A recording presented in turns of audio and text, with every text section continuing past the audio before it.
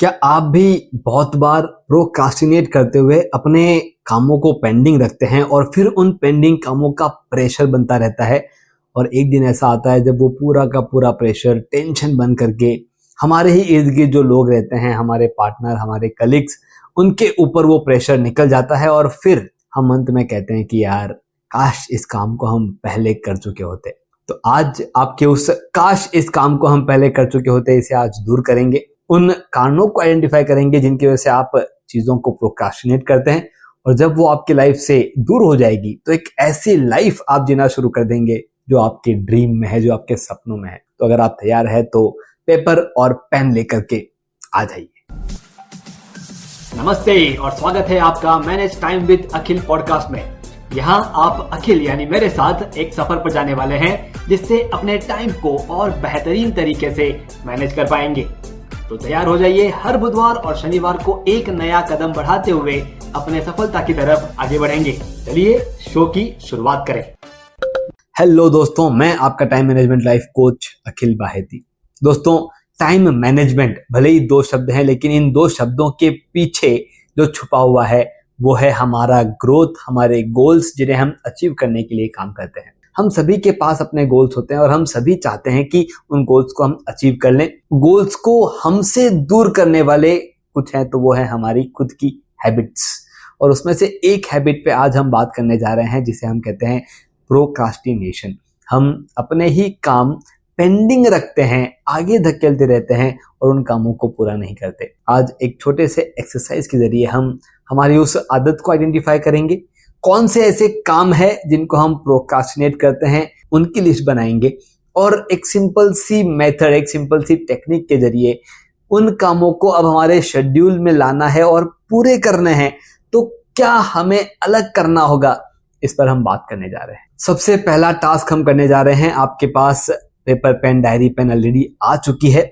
तो आने वाले 1 मिनट में आपको लिखना है कि कौन सा कारण है जिनकी वजह से आप काम को प्रोक्रास्टिनेट करते हैं। तो मैं आपके सामने 3 बड़े कारण रख रहा हूं। इनके अलावा दूसरा कोई भी कारण हो, आप अपने शेड्यूल पे फोकस करके 1 मिनट का टाइम इस्तेमाल करके आपको आइडेंटिफाई करना है कि कौन सा ऐसा काम है जिसकी वजह से आप प्रोक्रास्टिनेट करते हैं।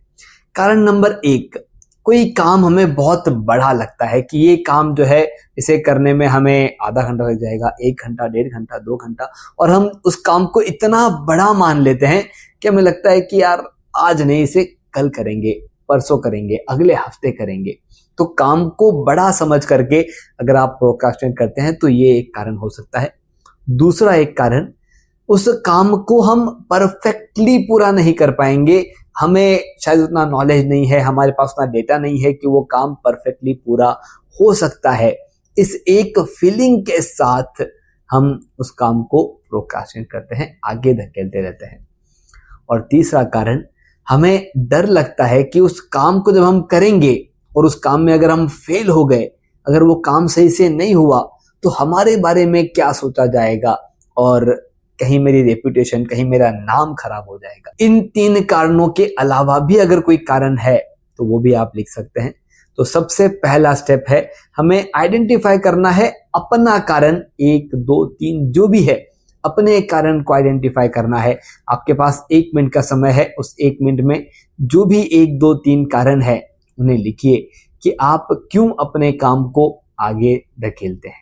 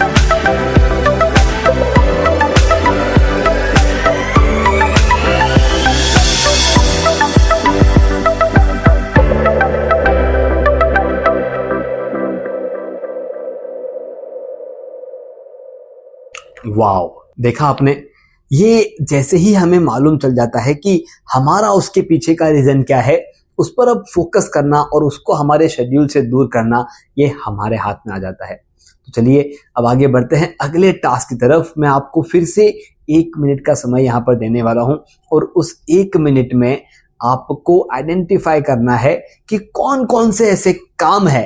अभी हमने सिर्फ एक रीजन आइडेंटिफाई किया है कि ये कारण है, अब इस कारण के अंदर आने वाले टास्क हमें आइडेंटिफाई करना है कि कौन कौन से ऐसे काम है जिन्हें हम प्रोक्रास्टिनेट कर रहे हैं। तो अब आप टास्क की लिस्ट बनाएंगे कि कौन कौन से ऐसे काम है जो आप आगे धकेलते रहते हैं, जिनके कारण अभी हमने ऊपर लिखे हैं। आपके पास 1 मिनट का समय है, उन सभी कामों की लिस्ट बनाइए।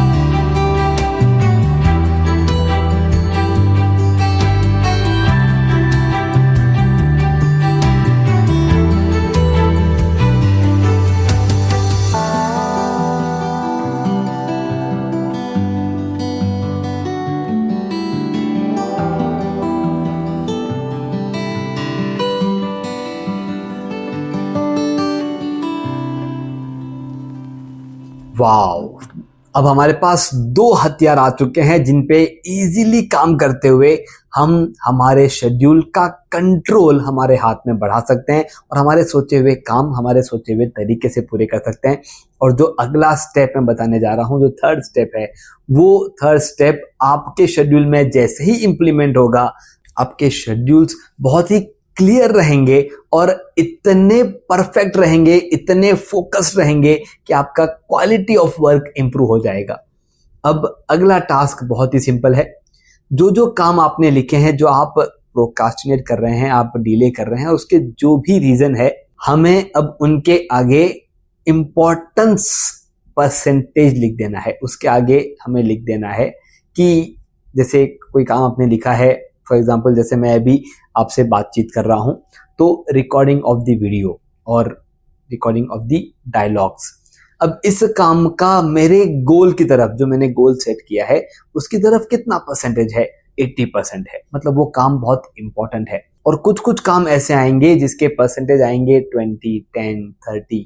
हम वो काम तो प्रोक्रास्टिनेट कर रहे हैं, लेकिन उसका हमारे गोल की तरफ कंट्रीब्यूशन जो है वो सिर्फ 10% है। आपको उस लिस्ट में जो जो काम आप आगे धकेल रहे हैं, उसमें आपको ये परसेंटेज सेट कर लेना है।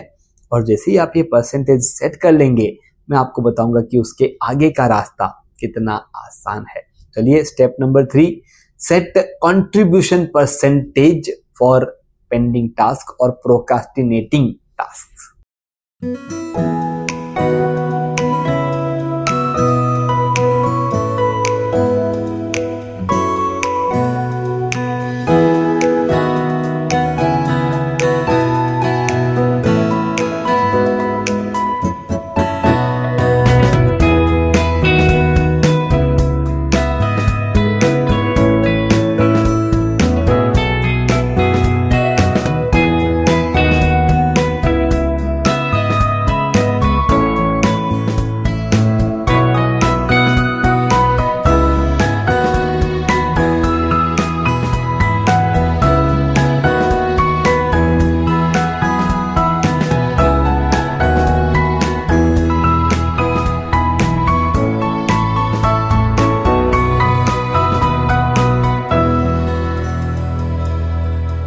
वाओ, अगेन बहुत ही सिंपल टास्क हमने यहाँ पर किया। हमें मालूम चल गया है कि कौन सा काम इतना इंपॉर्टेंट है जो आपको ही करना है, और जिनका कंट्रीब्यूटिंग परसेंटेज कम है उन कामों को अब आप डेलीगेट करेंगे। वो काम आपके नहीं है, क्योंकि वो काम आपके गोल की तरफ आपको लेकर के नहीं जा रहे हैं। उन कामों को आप डेलीगेट करेंगे। और अब अगर आपके 10 कामों की लिस्ट है, उसमें से 5 काम डेलीगेट हो गए हैं, तो बचे हुए 5 काम के लिए हमें माइक्रो स्टेप्स डिफाइन करने हैं। जैसे मैं फिर से एग्जांपल लेता हूँ, रिकॉर्डिंग ऑफ अ वीडियो। अगर उस काम को मैं प्रोक्रास्टिनेट कर रहा हूँ तो मेरे लिए माइक्रो स्टेप क्या है?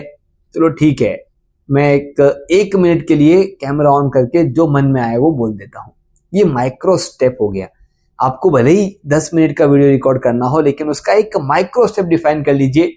आप जब वो 1 मिनट के लिए कंफर्टेबल हो जाते हैं तो फिर स्टेप आता है, चलो आज 2 मिनट के लिए जो मन में आया वो बोलेंगे, फिर मैं डिलीट कर दूंगा, इट्स ओके, लेकिन 2 मिनट के लिए बोलते हैं।